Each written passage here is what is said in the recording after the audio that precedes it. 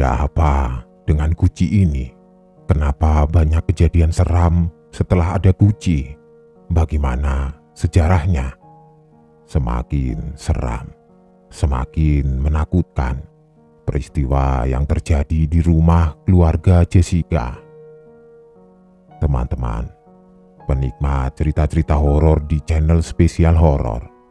Satu lagi, cerita horor dari akun Twitter @bristory yang berjudul asli Guci di Ruang Tamu akan segera Mimin bawakan buat kalian semua. Langsung saja, selamat menyimak kalau kalian benar-benar berani.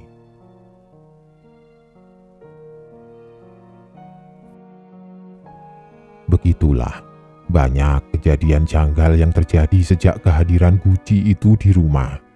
Kejadian janggal dan kadang menyeramkan yang secara langsung maupun tidak langsung mempengaruhi kehidupan kami juga. Setelah banyak kejadian, aku menjadi selalu was-was kalau harus di rumah sendirian, walaupun itu siang hari. Lalu sebisa mungkin menahan diri untuk tidak ke kamar mandi tengah malam. Aku akan menahan pipis sampai pagi.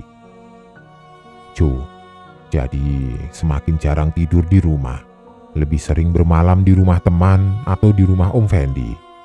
Dia bilang tidak tahan dengan penampakan-penampakan seram yang dia lihat tidak 1-2 kali, tapi sering. Selama kira-kira 6 bulan pertama, aku baru bisa terbuka membahas masalah ini hanya kepada Jo. Kami sudah paham dan mengerti keparnoan masing-masing, karena memang sama-sama sering mengalami kejadian seram di rumah. Sedangkan Papa dan Mama, kami belum bisa membahasnya secara terbuka. Bukannya tidak mau, beberapa kali kami sudah mencoba mengajak untuk membicarakan hal ini. Tapi mereka, terutama Papa, cuma bilang, kalian ini tidak ada setan apalagi hantu di rumah ini. Kalian mimpi saja itu. Begitu Papa bilang. Ngeselin kan? Padahal 2 anaknya sudah beberapa kali nyaris pingsan atau pipis di celana. Oh iya, ada kejanggalan yang seharusnya membuat kami gembira, tapi malah kami bertanya-tanya karena memang janggal. Ini mengenai nenek. Di usianya yang sudah senja, 86 tahun, nenekku ini kondisinya sudah sakit-sakitan. Seharusnya sudah menggunakan kursi roda ke sana kemari. Tapi dia bersikeras untuk tetap terus berusaha berjalan di atas kakinya walaupun sangat tertatih dan menggunakan tongkat. Beberapa tahun belakangan, ingatannya juga mulai berkurang. Sudah sering lupa akan banyak hal. Kami hanya bisa membantu dengan terus mengajaknya berbincang. Kata dokter, itu membantu kerja otaknya supaya terus aktif. Tapi beberapa tahun belakangan juga, nenek lebih sering murung berdiam diri di kamarnya atau di ruang tamu. Kalau kami atau Mbak Ida mengajak berbincang, nenek lebih banyak diam dengan tatapan kosong, walau kadang menjawab sesekali. Tapi ada yang aneh. Sejak kehadiran Guci di ruang tamu, perilaku nenek berubah drastis. Wajahnya berangsur tidak murung lagi, hampir selalu tersenyum ceria. Kalau diajak ngobrol, nyambung. Aneh kan? Menurut kami aneh. Karena perubahannya sangat drastis. Intinya, nenek jadi lebih hidup. Tapi ya tidak apa. Kami tetap senang melihat perkembangan itu, walaupun ada beberapa cerita nenek yang kami tidak mengerti. Oh iya, sejak kehadiran Guci itu, nenek juga sering menceritakan lagi kisah hidupnya waktu muda dulu. Cerita yang sebenarnya sudah kami ketahui. Tapi belakangan, nenek menceritakannya lebih detail lagi, lebih dalam, detail yang belum pernah kami dengar sebelumnya. Kami sudah tahu sejak lama kalau nenek punya 2 sahabat kental sejak muda, namanya Bu Suci dan Bu Yohana. Yang kami tahu, mereka bertiga sudah bersahabat sejak masih gadis. Berarti sudah berpuluh tahun. Bu Suci masih hidup, tinggal tidak jauh dari rumah kami. Beliaulah yang memberikan guci di ruang tamu itu kepada nenek. Sedangkan Bu Yohana sudah meninggal sekitar tahun 2010, aku lupa pastinya. Intinya, mereka bertiga bersahabat erat hingga masa tua. Begitulah, perilaku nenek berubah setelah kehadiran guci itu jadi lebih ceria. Ditambah dengan informasi-informasi baru yang kami dapatkan mengenai kehidupan nenek dan dua sahabatnya itu. Pada akhir 2017, ada kabar yang tidak mengenakan. Mbak Ida minta berhenti jadi suster nenek. Alasannya ingin pulang dan bekerja di kampungnya. Papa dan Mama tidak bisa berbuat apa-apa selain menuruti keinginannya. Tapi aku agak curiga dengan alasan resign Mbak Ida. Tidak percaya. Yang aku tahu dia sangat betah di rumah, senang juga mengurus nenek yang sudah dia jalani selama 5 tahun lebih. Aku tidak percaya dengan alasannya. Makanya, setelah sudah beberapa hari Mbak Ida pergi meninggalkan rumah, aku menelponnya, mencari tahu alasannya sebenarnya kenapa dia pergi. Dan akhirnya, pada suatu malam, aku menghubunginya via telepon, kemudian panjang lebar kami berbincang. Pada akhirnya, terungkap semua alasan sebenarnya. Ternyata, Mbak Ida sudah tidak tahan dengan perubahan perilaku nenek setelah kehadiran guci. Perubahan yang menurutnya sangat aneh, selain perubahan yang sudah aku sebutkan di atas tadi. Perubahan yang membuat Mbak Ida bertanya-tanya karena tidak seperti biasanya. Pernah beberapa kali nenek tiba-tiba lupa siapa Mbak Ida. "Siapa kamu? Ngapain kamu ada di rumah ini?" Nenek bertanya seperti itu. Tapi beberapa menit kemudian nenek kembali ingat dan balik normal lagi. Yang lebih aneh lagi, sering nenek bicara sendirian, entah itu di kamar, di ruang tamu, atau di teras. Nenek seperti sedang ngobrol dengan seseorang, padahal di situ cuma ada nenek dan Mbak Ida. Perbincangan nenek seringkali diselangi dengan tawa, kadang ada tangis juga. "Nenek, ngobrol sama siapa sih, Nek?" Beberapa kali Mbak Ida bertanya seperti itu, setelahnya jawaban nenek sedikit mengagetkan. "Kamu tidak usah mengganggu. Ini saya lagi ngobrol sama teman-teman lama. Yohana, kamu kan sudah kenal. Sana, bikinin minum buat Bu Yohana." Begitu jawab nenek. Tentu saja, Mbak Ida kaget mendengarnya.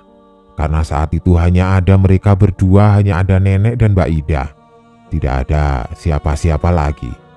Dan juga yang Mbak Ida tahu, Ibu Yohana sudah lama meninggal. Nenek selalu bicara seperti itu.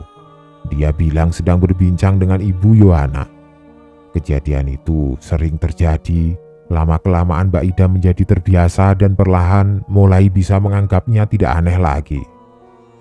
Tapi lama-kelamaan juga Mbak Ida merasa kalau keanehan ini semakin menjadi membuatnya mulai merasa sedikit ketakutan. Ada kejadian yang benar-benar aneh. Pada suatu hari ketika di rumah hanya ada Mbak Ida, nenek, dan Mbak Wati. Mbak Wati berada di kamarnya. Nenek di ruang tengah sedang duduk di atas kursi goyang kesayangan sambil menonton TV.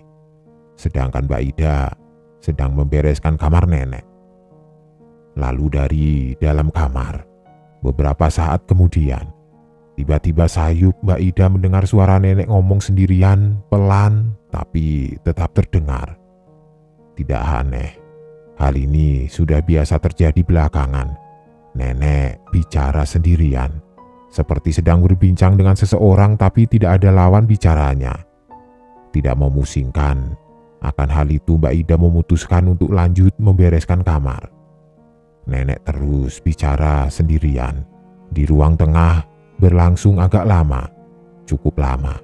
Sampai akhirnya ada yang membuat Mbak Ida harus menghentikan kegiatannya karena merasakan sesuatu. bukan merasakan, tapi mendengar. Sayup-sayup Mbak Ida mendengar suara perempuan yang sepertinya jadi lawan bicara nenek. Lawan bicara nenek? Bukannya nenek sedang sendirian? Nah, itu anehnya. Ah, tidak mungkin, kan nenek sedang sendirian di ruang tengah. Begitu pikir Mbak Ida. Tapi suara itu jelas kedengaran. Atau mungkin itu Mbak Wati? Lagi-lagi Mbak Ida bertanya dalam hati. Tapi bukan. Suara Mbak Wati bukan seperti itu. Dia yakin. Walaupun begitu, Mbak Ida belum juga berniat untuk melihat ke ruang tengah untuk memastikan, karena belum selesai membereskan kamar. Hingga akhirnya, Mbak Ida benar-benar harus menghentikan kegiatannya, lalu memutuskan untuk mengintip ke ruang tengah. Penasaran, karena nenek dan sang lawan bicara semakin keras bicaranya, diselingi dengan tawa terkekeh. Perasaan semakin tidak karuan ketika belakangan Mbak Ida mampu menangkap beberapa baris kalimat percakapan mereka. "Yohana, kamu tahu tidak, sejak kamu sering main ke sini, aku jadi ada teman ngobrol, tidak sepi lagi." Begitu kata nenek. "Iya, Yes, aku juga senang bisa ngobrol sama kamu lagi." Begitu balas lawan bicara nenek. Yesi adalah nama nenek. Ketakutan dan rasa cemas Mbak Ida semakin membuncah karena nenek menyebut Yohana sebagai lawan bicaranya. Ibu Yohana yang sudah lama meninggal. Perlahan Mbak Ida melangkah ke pintu kamar, berniat mengintip dan melihat keadaan nenek di ruang tengah. Pintu sudah dalam keadaan terbuka sejak tadi. Mbak Ida cukup hanya menjulurkan kepalanya saja untuk melihat nenek. Beberapa saat kemudian, akhirnya Mbak Ida dapat melihat keadaan ruang tengah, melihat nenek yang sedang duduk di kursi goyangnya. Nenek menghadap TV yang letaknya di depan kamar yang sedang dibereskan oleh Mbak Ida. Jadi, nenek juga menghadap pintu di mana Mbak Ida sedang mengintip. Nenek yang seharusnya sedang sendirian. Mbak Ida terpaku. Dia ketakutan. Jantungnya seperti berhenti berdetak karena melihat kalau ternyata nenek tidak sendirian. Di sampingnya duduk satu orang perempuan lagi, perempuan tua yang sepertinya seumuran dengan nenek. Perempuan itu duduk di atas sofa ruang tengah. Rambut putihnya terurai panjang, mengenakan pakaian terusan berwarna gelap. Wajah keriputnya kelihatan pucat. "Ida, sini. Saya kenalkan dengan Yohana, sahabat saya yang sering saya ceritakan itu loh. Sini Ida." Begitu kata nenek, menyebut nama Yohana sembari memperkenalkan teman bicaranya di ruang tengah. Sontak, Mbak Ida langsung menarik wajahnya masuk lagi ke dalam kamar, duduk di atas tempat tidur. Dia ketakutan karena nenek memperkenalkan Ibu Yohana sebagai lawan bicaranya, Ibu Yohana yang sudah lama meninggal. Ibu Yohana sedang duduk di ruang tengah, sedang berbincang dengan nenek. Peristiwa yang sungguh sangat menakutkan. Tapi bukan itu yang membuat Mbak Ida memutuskan untuk berhenti kerja. Tapi ada peristiwa yang lebih menyeramkan lagi. Begini ceritanya. Pada suatu malam, Mbak Ida kaget karena melihat nenek tidak ada di atas tempat tidurnya. Sontak, dia langsung panik dan mulai mencari di mana keberadaan nenek. Keluar kamar, memeriksa ruang tengah terlebih dahulu. "Nek," dengan suara pelan, Mbak Ida memanggil nenek di ruang tengah. Suara pelan karena tidak mau membangunkan seisi rumah. Tidak ada jawaban. Gelapnya ruang tengah masih kelihatan kalau di situ kosong, tidak ada nenek. Mbak Ida lalu lanjut melangkah menuju ruang tamu tempat di mana nenek biasa duduk juga.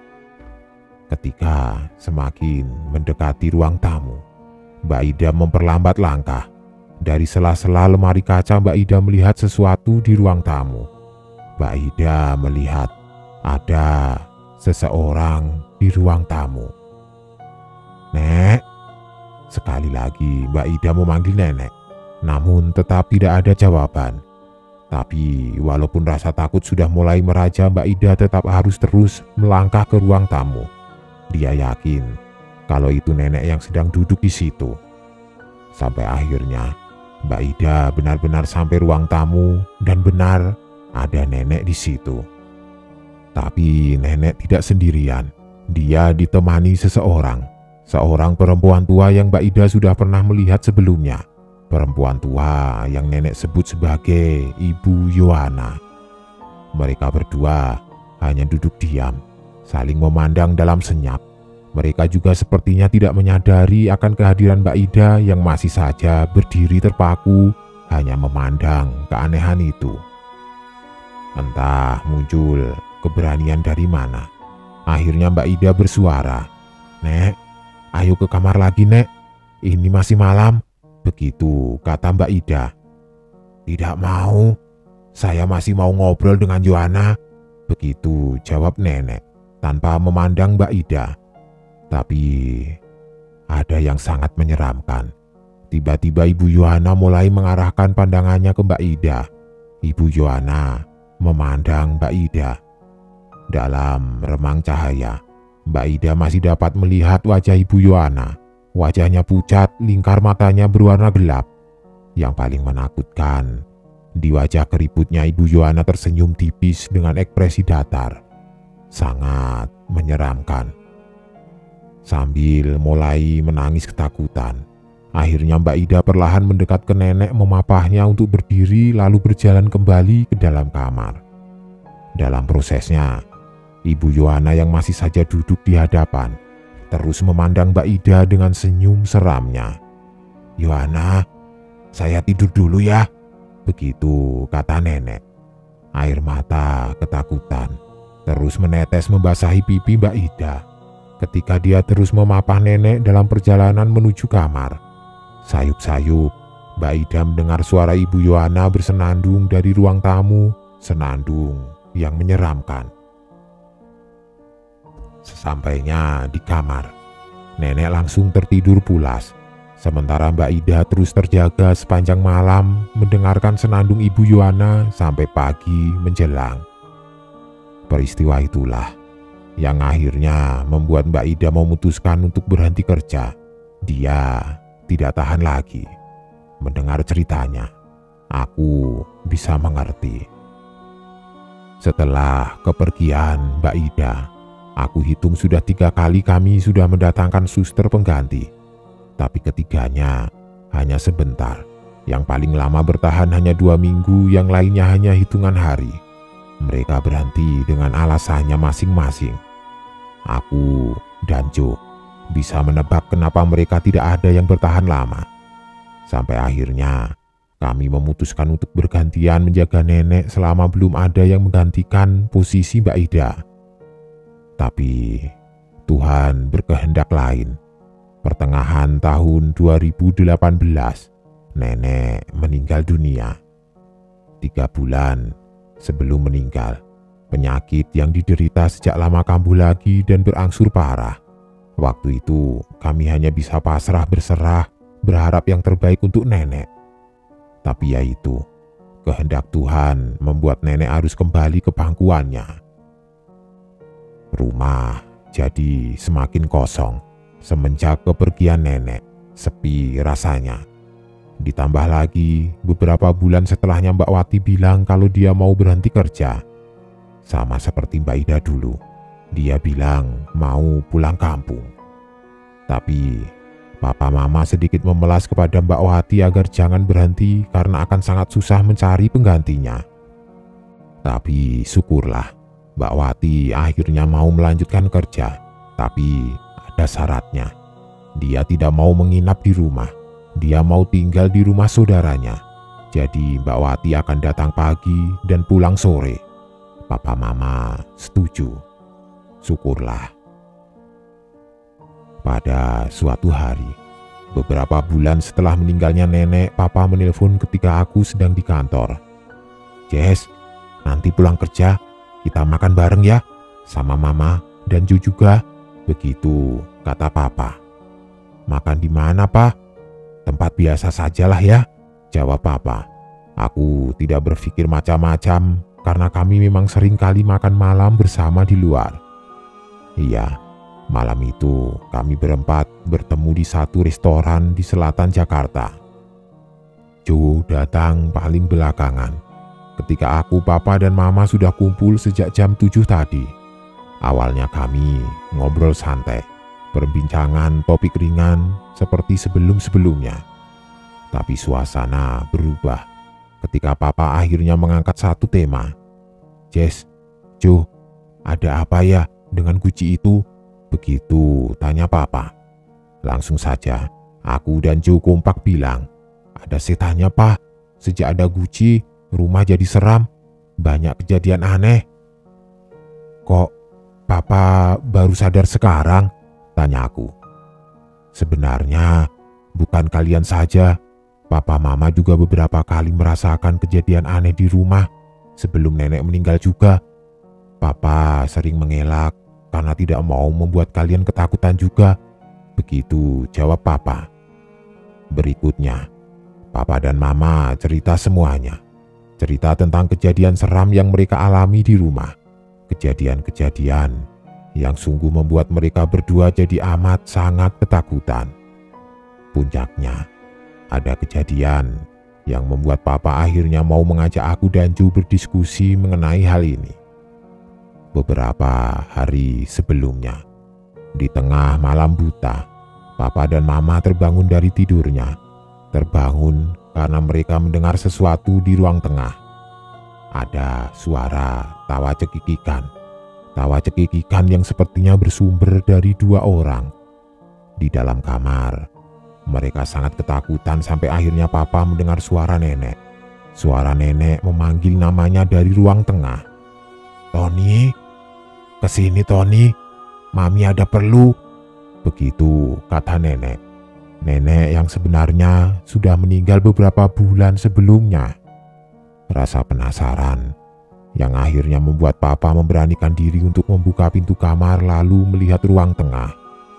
Di ruang tengah, ternyata Papa melihat ada nenek yang sedang duduk di kursi goyang ditemani dengan sahabatnya Ibu Yohana yang duduk di sebelahnya. Dua orang sahabat yang sudah meninggal semuanya. Mereka duduk berbincang di ruang tengah. Peristiwa itulah yang akhirnya membuat Papa dan Mama mau membahas akan hal ini. Coba kamu tolong tanya ke keluarga Ibu Suci, ada apa dengan Gucci itu? Kan nenek bilang dia dapat Gucci itu dari Ibu Suci. Papa menyuruh aku dan Joe untuk datang ke rumah Ibu Suci dan mencari informasi tentang Gucci itu. Tidak lama-lama, keesokan harinya, aku dan Joe langsung datang ke rumah Ibu Suci. Di rumahnya, kami disambut dengan anak Ibu Suci, Bu Dewi namanya. Kebetulan, waktu itu Ibu Suci sedang tidak ada di rumah. Dia sedang tinggal di rumah anaknya yang lain di luar kota. Tapi dari Ibu Dewi ini, kami mendapatkan banyak informasi yang mengejutkan. Jadi benar, tahun lalu, saya lupa tepatnya, Ibu Yesi datang berkunjung ke sini silaturahmi dengan mama saya. Begitu Bu Dewi bilang. Singkatnya, pertemuan mereka selesai diakhiri dengan nenek yang pulang membawa Gucci.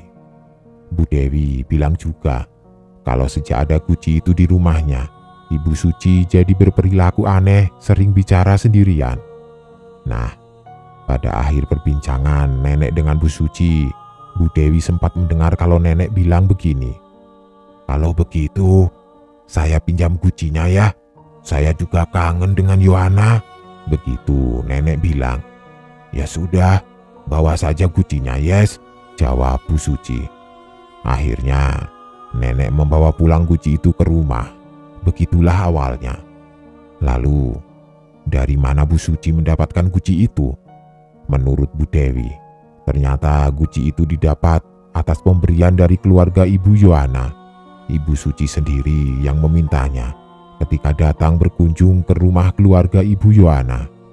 Jadi ternyata Gucci itu adalah tempat abu sisa pembakaran jenazah Ibu Yohana. Cukup lama Abu jenazah berada di dalam guci. Sampai akhirnya beberapa tahun setelah kematian Ibu Yohana, keluarga menemukan surat wasiat yang ditulis almarhum Ibu Yohana. Dalam surat wasiatnya, almarhum meminta kalau abu jenazahnya dibuang ke laut saja, jangan disimpan. Tentu saja, keluarga harus melaksanakan permintaan ini, lalu mereka membuang abu jenazah Ibu Yohana di laut Kepulauan Seribu. Salahnya, guci tidak ikut dibuang, malah dibawa pulang. Jadi, begitulah sejarah guci itu. Guci yang dulunya jadi tempat penyimpanan abu jenazah sahabat almarhum nenek, Ibu Yohana.